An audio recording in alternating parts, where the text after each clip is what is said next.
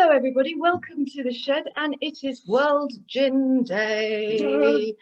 It's been quite an adventure here. We've been having lots of things going on, but one of the highlights is being able to talk to Mr. Lovely Paul Jackson, who's the founder of the Gin Guide, and a fascinating chap, and he's very busy, so we were really pleased when he accepted our invitation to have a talk about all things gin on this very auspicious day. I'm actually going to be leaving these guys to natter. Hopefully don't talk about anything apart from gin, okay. Unless, all right. Gin related. Right. Okay. And I will just pop in when I can and say hello. Right. Paul, lovely to see you. How are you? Yeah, great, thanks, and thanks for the invite. My busy schedule today has largely been a pub garden and a G&T in the garden at home, so But you're looking well off it, I have to say. You've managed okay. Go well with the with a 3-month-old at home. I'm just glad that my eyes are still open, so I'll take that as a victory. Yeah. And congratulations, because you decided not just to have a new baby, but also to move at the same time. Yes, very, very poorly timed all around, and to run the Gin Guide Awards at the same time as that. So yeah, that made it difficult, but it was it's all worked out brilliantly and going really well. And now I've got a lot more space here for plenty of gin. And I can spy ours on the shelf. Just behind. Nice. Yeah. Right. Somewhere about there. I said we can spy. Yeah, that's about there. Well done. Well, we will we'll take a shot of that after the recording. So really, as I said, apologies that I'm going to have to go off, but I think Andrew's got some questions for you, certainly about your history and what's been happening with you. And I say I'll pop back when I can. Have a lovely day. See you in a bit. Say hi to the ladies. Yeah, well, hello. Really, just want to, well, firstly, what got you into gin and the Gin Guide? Where did that sort of start out? Yeah, I mean, it seems like so long ago now, but kind of very, very organically, and fortunately very, I suppose, quite early doors on it all. And yeah, just very naturally have started to spot a couple of gins, and a couple of friends said, have a G&T. And I remember my parents drinking a G&T, but sort of for my generation, it wasn't really a done thing. No. You'd have a beer or whatever, and that started to creep in. Maybe you went from 2 gins on the back bar to 4 or 5 maybe, and that was as far as it went.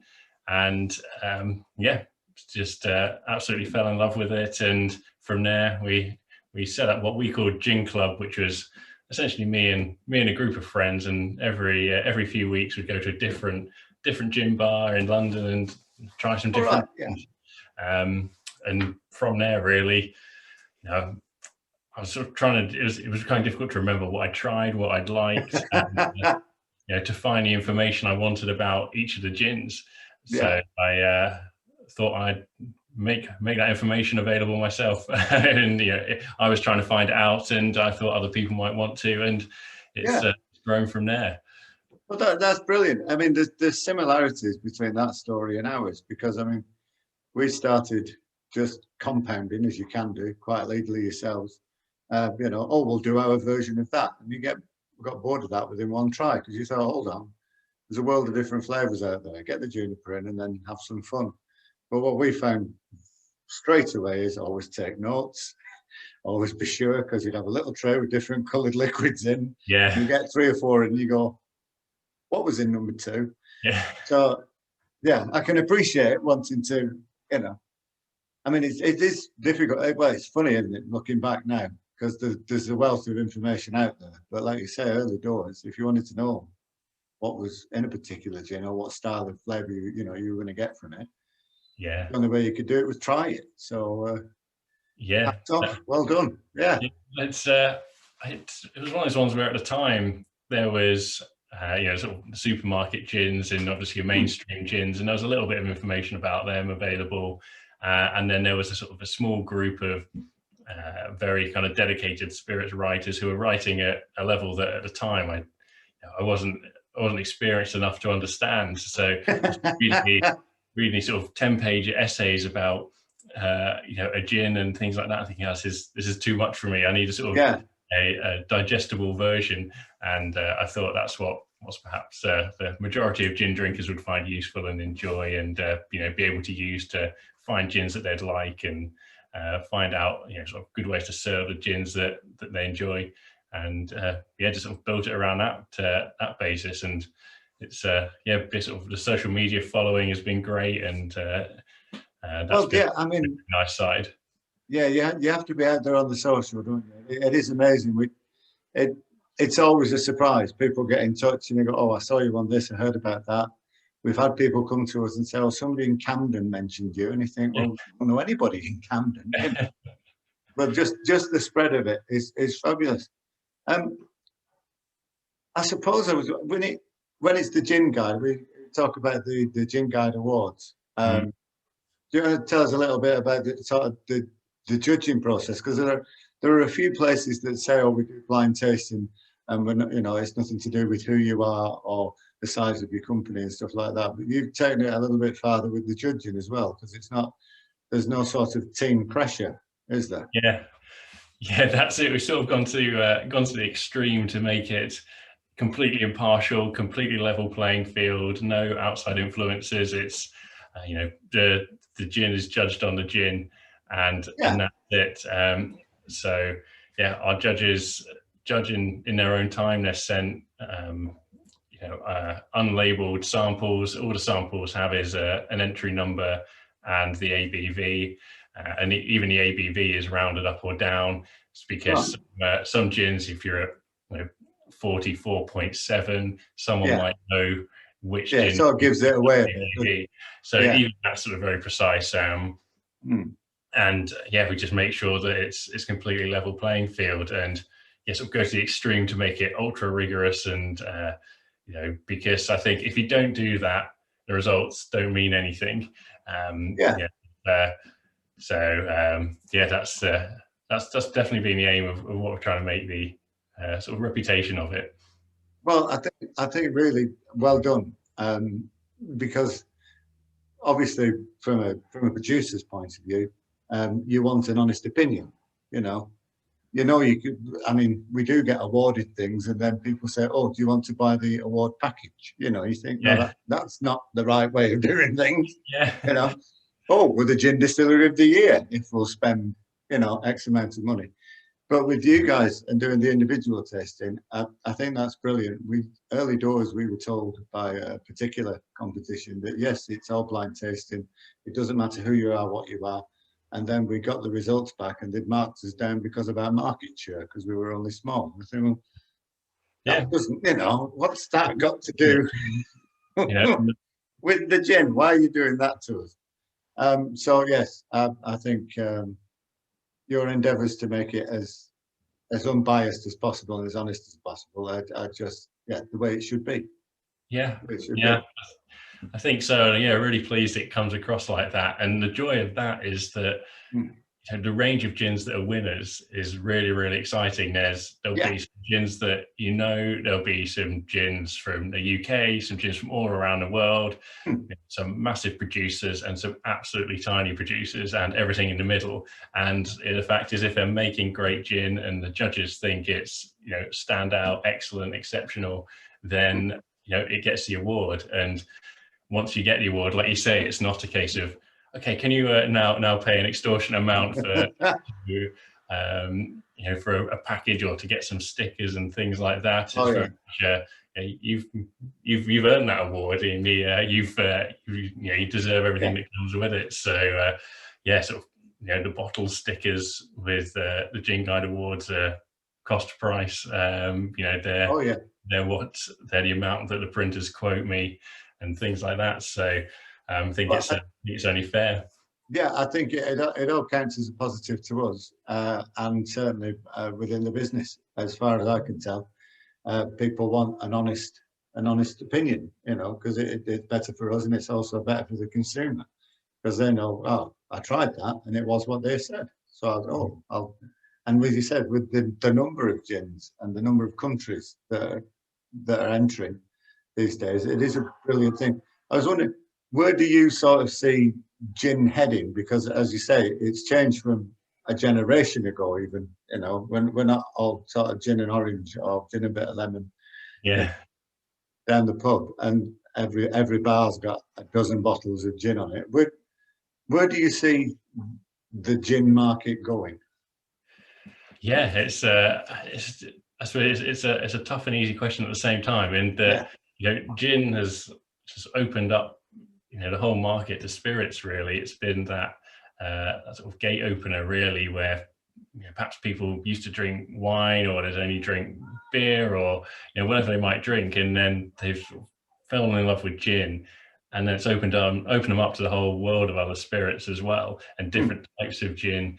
So it makes you've got people who are now would never have drunk spirits, who've drunk gin, now they're drinking rum, they're drinking all sorts of other things as well. So I think that's why we see a lot of distillers producing a range of gins and a range of gins, different occasions, exactly like you do, where you've got such a nice variety, and things like I've got a fancy frolic, which for like a summer G&T, with like the lime and hits of strawberry and things like that. It's just so nice, and you can produce a range of different gins, and people are aware of the differences between them.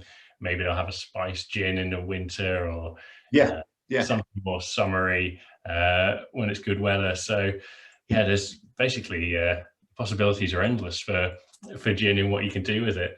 Well, that's it, and I think that has really come across to people in the marketplace.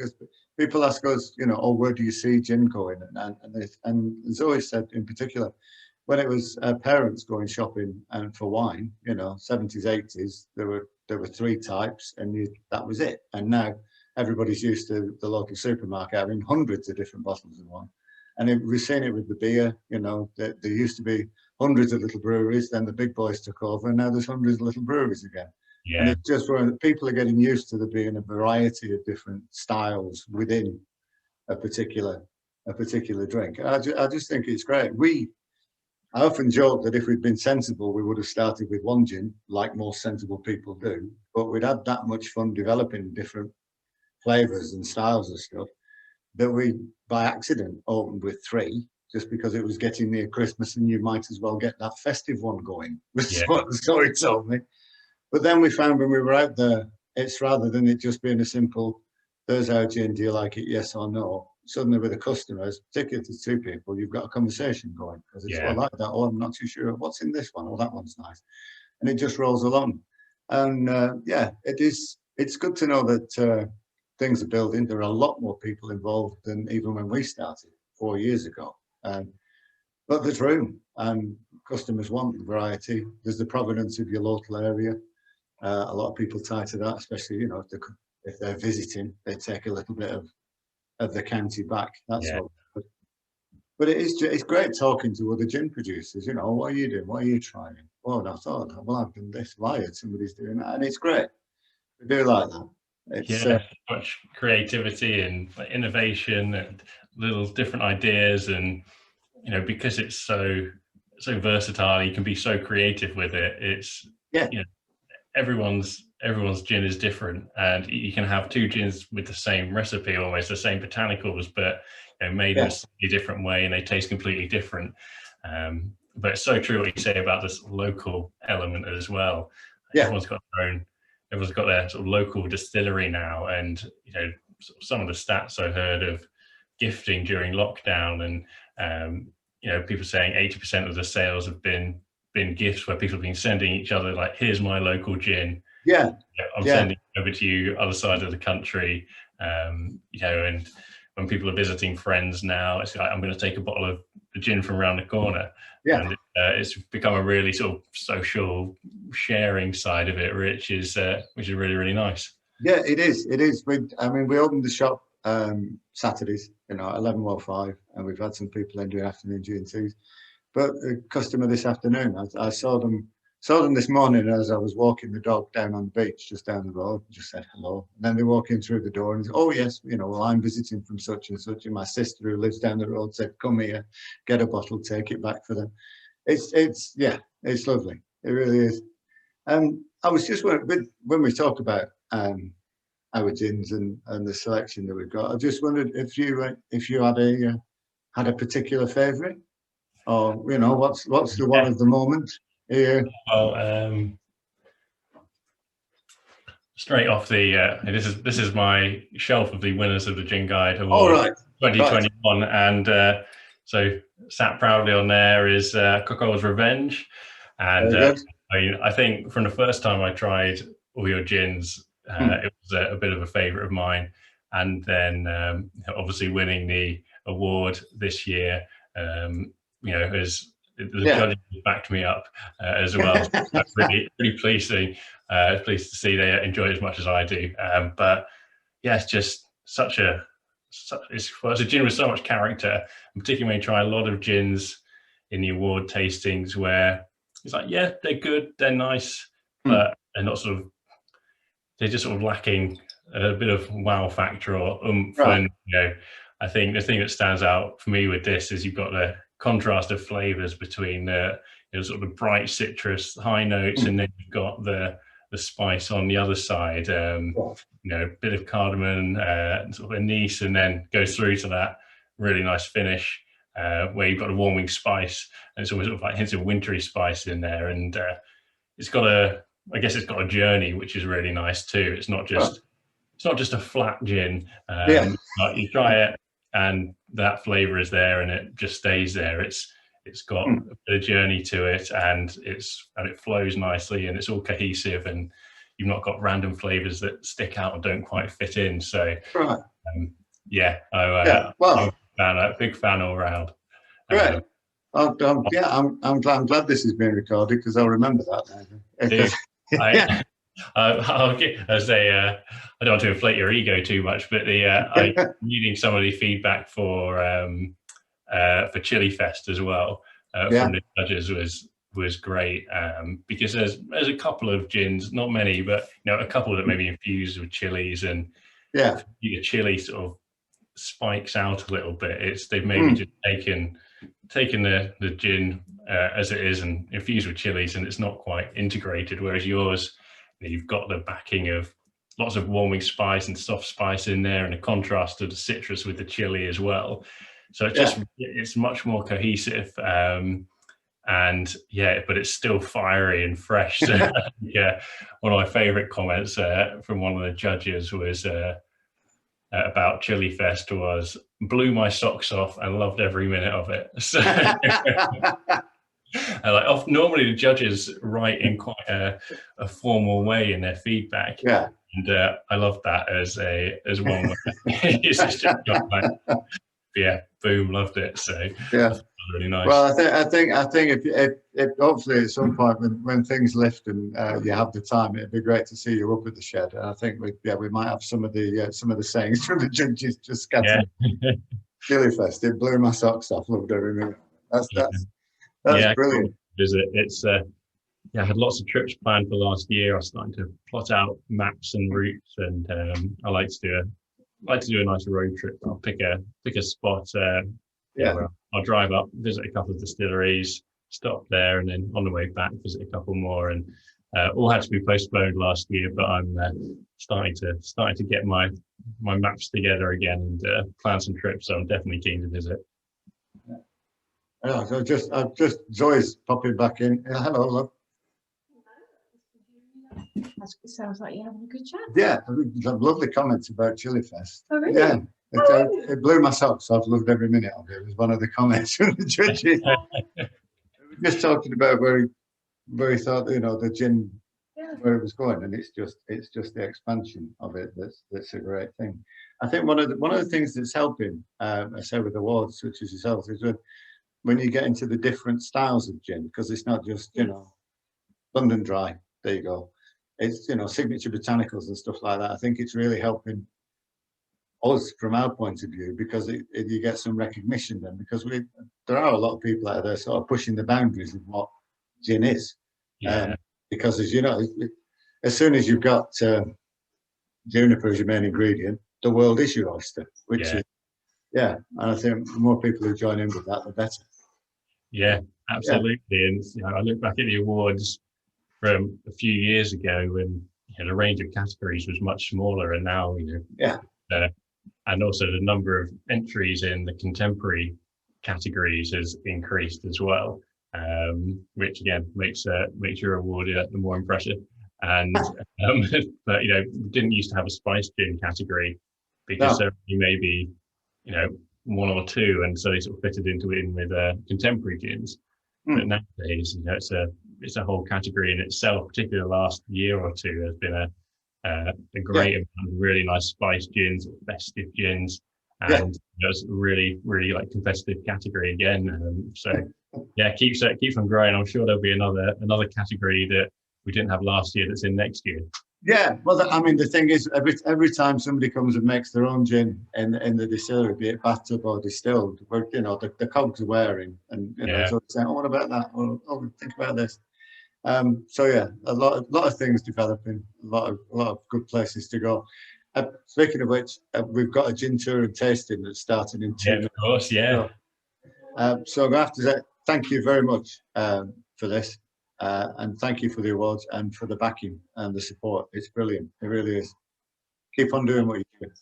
No, cheers, and likewise. I mean, the whole point of what I do and the Gin Guide does is to support and showcase great distillers, great gins.